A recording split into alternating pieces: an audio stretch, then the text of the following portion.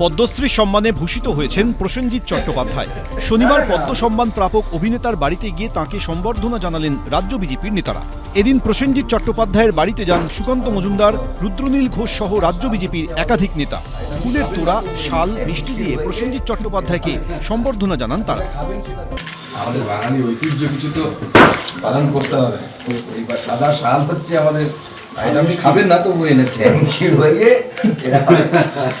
অভিনেতার হাতে উপহার হিসেবে তুলে দেওয়া হয় রামলালার মূর্তি।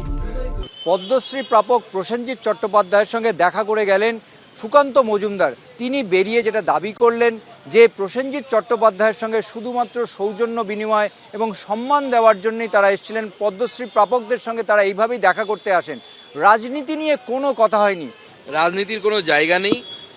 যারা পদ্ম পুরস্কার পান আমরা তাদেরকে প্রতি বছরই তাদেরকে আমরা অভিনন্দন জানাতে যাই।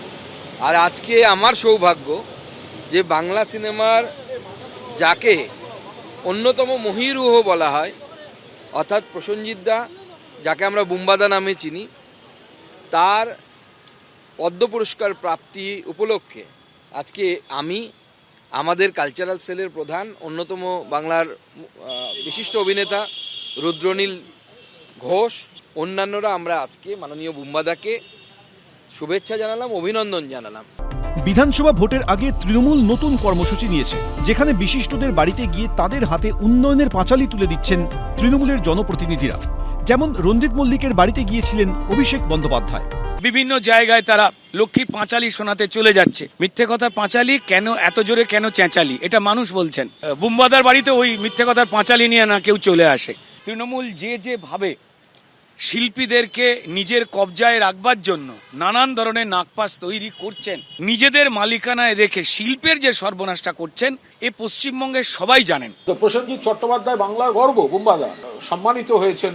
তো সেখানে যদি কোনো দলের কেউ গিয়ে তাকে অভিনন্দন জানিয়ে থাকেন, তো আমরা এর মধ্যে রাজনীতি কেন দেখতে যাব? বুম্বাদা আমাদের মাননীয় মুখ্যমন্ত্রীকে অত্যন্ত শ্রদ্ধা করেন, আবার মাননীয় মুখ্যমন্ত্রীও প্রসেনজিৎ চট্টোপাধ্যায়কে অত্যন্ত স্নেহ করেন। খবর পেয়ে তো আমি নিজেও সঙ্গে সঙ্গে বুম্বাদাকে হোয়াটসঅ্যাপ করেছিলাম। সব মিলিয়ে বিধানসভা ভোটের আগে সাক্ষাৎ নিয়েও তরজা চলছে। ঝিলম করঞ্জাই, অনির্বাণ বিশ্বাস, এবিপি আনন্দ, কলকাতা। এ যেন বিধানসভায় উলটপুরাণ। বাজেট অধিবেশনের শেষ দিনে নাটকীয় টানাপোড়েন। এতদিন যে অভিযোগ শোনা যেত বিরোধীদের মুখে, এবার সেই একই সুর শোনা গেল তৃণমূলের বর্ষীয়ান বিধায়ক ও মন্ত্রীর গলায়। বিধানসভার অধিবেশনে বক্তব্য রাখার সময় তার মাইক্রোফোন বন্ধ করে দেওয়ার অভিযোগ তুললেন খোদ পরিষদীয় মন্ত্রী ও তৃণমূল বিধায়ক শোভনদেব চট্টোপাধ্যায়।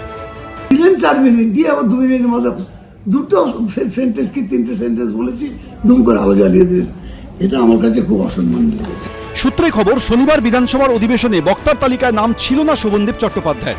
অধিবেশন চলাকালীন আলোচনায় অংশ নিতে চেয়ে বিধানসভার অধ্যক্ষ বিমান বন্দ্যোপাধ্যায়ের কাছে অনুরোধ করেন রাজ্যের পরিষদীয় মন্ত্রী ও তৃণমূল বিধায়ক। শেষ পর্যন্ত শোভনদেব চট্টোপাধ্যায়কে 4 মিনিট বক্তব্য রাখার অনুমোদন দেন অধ্যক্ষ। পরিষদীয় মন্ত্রীর অভিযোগ, নির্ধারিত সময় শেষ হওয়ার আগেই তার মাইক্রোফোন বন্ধ করে দেওয়া হয়। প্রেশার দিইনি কিছু, আমি বলেছি ঠিক আছে বলবো না, আপনি আলো জ্বালিয়ে দিয়েছেন, আমি আর বলবো না। খারাপ কথা বলে নিয়ে আমি বসে পড়েছি, না আমি আর বলবো না। শনিবার বিধানসভার চলতি অধিবেশনের শেষ দিনে বিজনেস অ্যাডভাইজরি কমিটির বৈঠক ডাকা হয়েছিল। সূত্রে খবর, সময় বরাদ্দ করা ঘিরে এই টানাপোড়েন কার্যত মান অভিমানের পর্বে গড়ায়। শোভনদেব চট্টোপাধ্যায়ের দাবি, শেষ পর্যন্ত তার ঘরে এসে বিষয়টি মিটিয়ে নেন অধ্যক্ষ বিমান বন্দ্যোপাধ্যায়। সিনিয়র মোস্ট এমএলএ এবং পরিষদীয় মন্ত্রীও বটে, উনি একটু তো ধৈর্য নিয়ে কাজ করতে পারতেন। উনি যেমন স্পিকার, আমিও তো পরিষদীয় মন্ত্রী। পরবর্তীকালে উনি এসছেন আমার ঘরে এবং উনি যথেষ্ট দুঃখিত এই জন্য। যদিও এই ঘটনায় কোনো মন্তব্য করতে চাননি বিধানসভার অধ্যক্ষ বিমান বন্দ্যোপাধ্যায়। উজ্জ্বল মুখোপাধ্যায়, এবিপি আনন্দ, কলকাতা। এবিপি আনন্দ, এগিয়ে থাকে, এগিয়ে রাখে।